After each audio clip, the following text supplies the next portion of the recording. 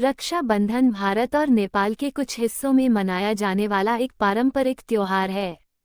ये हिंदू धर्म के सबसे महत्वपूर्ण और शुभ त्योहारों में से एक है, जो हिंदू महीने श्रावण में पूर्णिमा के दिन मनाया जाता है, जो आमतौर पर अगस्त में पड़ता है। त्योहार की जड़ें प्राचीन पौराणिक कथाओं में हैं और पूरे भारत में बहुत उत्साह और जोश के साथ मनाया जाता है। रक्षा शब्द का अर्थ है संरक्षण और बंधन का अर्थ है बंधन। इस प्रकार रक्षाबंधन एक ऐसा त्योहार है जो भाई बहनों के बीच सुरक्षा के बंधन का जश्न मनाता है, खासकर एक भाई और बहन के बीच। बहन अपने भाई की कलाई पर एक पवित्र धागा बांधती है, जिसे राखी के रूप में जाना जाता है, और भाई जीवन भर उसकी रक्षा करने का वचन देता है। ये भाई बहनों के बीच प्यार, देखभाल और बंधन का प्रतीक है और एक दूसरे के प्रति आभार व्यक्त करने का एक अवसर है। लोग रक्षाबंधन क्यों मनाते हैं, इसके कई कारण हैं। इसका एक मुख्य कारण त्योहार से जुड़ी पौराणिक कथा है। हिंदू पौराणिक कथाओं के अनुसार देवताओं और राक्षसों के बीच भयंकर युद्ध हुआ। राक्षस राजा बाली भगवान विष्णु की भक्ति के कारण अजेय हो गया था। देवताओं के अनुरोध पर भगवान विष्णु ने बाली को हराने के लिए एक बौने ब्राह्मण वामन के रूप में जन्म लिया। बाली की बहन इंद्राणी ने उनकी कलाई पर राखी बांधी थी और उन्होंने बाली की रक्षा करने का वचन दिया था। भगवान विष्णु ने वामन का रूप धारण कर बलि से 3 पग भूमि मांगी, जो उन्होंने दे दी। वामन तब आकार में बढ़ गया और अपने पहले 2 चरणों के साथ उसने पूरे ब्रह्मांड को नाप लिया। अपने तीसरे पग से उन्होंने बाली को पाताल लोक में धकेल दिया। तब से रक्षाबंधन का त्योहार भाई बहनों के बीच प्यार के बंधन और सुरक्षा के वादे को मनाने के लिए मनाया जाता है। रक्षाबंधन के उत्सव का एक अन्य कारण भाई बहनों के बीच प्यार और स्नेह के बंधन को मजबूत करना है। यह एक दूसरे के प्रति प्यार, देखभाल और आभार व्यक्त करने का अवसर है। राखी का धागा भाई बहनों के बीच प्यार और सुरक्षा के बंधन का प्रतीक है और इसे भाई की कलाई पर बांधना उनका आशीर्वाद और सुरक्षा पाने का एक तरीका है। रक्षाबंधन को समाज में सद्भाव और एकता को बढ़ावा देने के तरीके के रूप में भी मनाया जाता है। ये सिर्फ भाई बहन का ही नहीं बल्कि शेयरिंग और केयरिंग का भी त्योहार है। बहनें अपने भाइयों की कलाई पर राखी बांधती हैं, लेकिन त्योहार में उपहारों और मिठाइयों का आदान प्रदान भी शामिल होता है, जो परिवारों और समुदायों के बीच प्रेम और सद्भाव को बढ़ावा देता है। हाल के दिनों में रक्षाबंधन महिला सशक्तिकरण का प्रतीक भी बन गया है। ये बहनों के लिए अपनी स्वतंत्रता पर जोर देने और अपने भाइयों के प्रति अपना प्यार और सम्मान दिखाने का एक अवसर है। ये लैंगिक बाधाओं को तोड़ने और लिंग की परवाह किए बिना भाई बहनों के बीच प्यार और सुरक्षा के बंधन को मनाने का एक तरीका है। रक्षाबंधन का उत्सव भारत तक ही सीमित नहीं है बल्कि दुनिया के अन्य हिस्सों में भी मनाया जाता है। नेपाल में त्योहार को जनाई पूर्णिमा के रूप में जाना जाता है और भाइयों की कलाई पर एक पवित्र धागा बांधकर मनाया जाता है। मॉरीशस में रक्षाबंधन को राखी के रूप में जाना जाता है और हिंदू समुदाय द्वारा मनाया जाता है। रक्षाबंधन की एक पौराणिक कथा भगवान विष्णु, देवी लक्ष्मी और राजा बलि से जुड़ी हुई है। असुरों का राजा बलि 100 यज्ञ पूर्ण कर अजेय हो गया। धरती पर अपना साम्राज्य स्थापित कर वह स्वर्ग का सिंहासन प्राप्त करने की तैयारी करने लगा।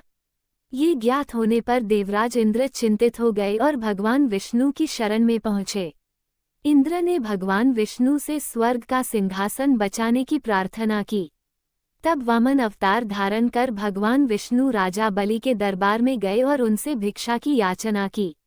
राजा बलि दानवीर था। उसने वामन अवतार भगवान विष्णु को वचन दिया कि वह भिक्षा में जो भी मांगेगा उसे प्रदान किया जाएगा। भगवान विष्णु ने भिक्षा में 3 पग भूमि मांग ली। राजा बलि ने अपना वचन निभाते हुए वामन अवतार भगवान विष्णु को 3 पग भूमि दान में प्रदान कर दी और कहा कि वह 3 पग भूमि नाप ले। भगवान विष्णु ने पहले पग में पृथ्वी को नाप लिया और दूसरे पग में स्वर्ग को। तीसरे पग के पूर्व ही राजा बलि भांप चुका था कि उसके समक्ष उपस्थित वामन कोई साधारण व्यक्ति नहीं है। उसने अपना शीश वामन रूपी भगवान विष्णु के आगे झुका दिया और उनसे तीसरा पग अपने शीश पर रखने का निवेदन दिया। भगवान विष्णु ने वैसा ही किया। इस तरह राजा बलि अपना संपूर्ण राज्य गंवाकर पाताल लोक में रहने को विवश हो गया। पाताल लोक जाने के पूर्व राजा बलि की प्रार्थना पर भगवान विष्णु अपने वास्तविक रूप में आए। वे बलि की दानपूर्णता देख अत्यंत प्रसन्न थे। उन्होंने उससे वर मांगने को कहा। राजा बलि बोला, भगवान, मेरा तो सर्वस्व चला गया है। मेरी आपसे बस यही प्रार्थना है कि आप हर घड़ी मेरे समक्ष रहें। भगवान विष्णु ने तथास्तु कहा और राजा बलि के साथ पाताल लोक चले आए। बैकुंठ में भगवान विष्णु की प्रतीक्षा कर रही देवी लक्ष्मी को जब ये सूचना मिली तो वे चिंतित हो उठी। उन्होंने नारद मुनि को बुलाकर मंत्रणा की और इस समस्या का तोड़ पूछा। नारद मुनि ने उन्हें सुझाया कि वे राजा बलि को रक्षा सूत्र बांधकर अपना भाई बना ले और उपहार स्वरूप भगवान विष्णु को मांग लें। देवी लक्ष्मी गरीब महिला का भेष धरकर पाताल लोक पहुंची और नारद के सुझाए अनुसार राजा बलि की कलाई में रक्षासूत्र बांधा। तब राजा बलि बोला, आपको देने मेरे पास कुछ नहीं है। तब देवी लक्ष्मी अपने वास्तविक स्वरूप में आई और बोली, आपके पास तो साक्षात भगवान विष्णु हैं। मुझे वही चाहिए। राजा बलि ने भगवान विष्णु को देवी लक्ष्मी के साथ जाने दिया। जाते जाते भगवान विष्णु ने राजा बलि से कहा कि वे हर साल 4 माह पाताल लोक में निवास करेंगे। वे 4 माह चतुर्दशी कहलाते हैं और देवशयनी एकादशी से प्रारंभ होकर देवउठनी एकादशी तक चलते हैं। जिस दिन देवी लक्ष्मी ने राजा बलि को रक्षासूत्र बांधा था वह श्रावण मास की पूर्णिमा का दिन था। तब से वह दिन रक्षाबंधन के रूप में मनाया जाता है और उस दिन बहनें अपने भाइयों की कलाई पर रक्षासूत्र राखी बांधती हैं और भाई बहनों की रक्षा का वचन देते हैं। ये पौराणिक कथा महाभारत काल से जुड़ी हुई है। अपनी राजधानी इंद्रप्रस्थ में युधिष्ठिर ने राजसूय यज्ञ का आयोजन किया। उस यज्ञ में शिशुपाल भी उपस्थित हुआ।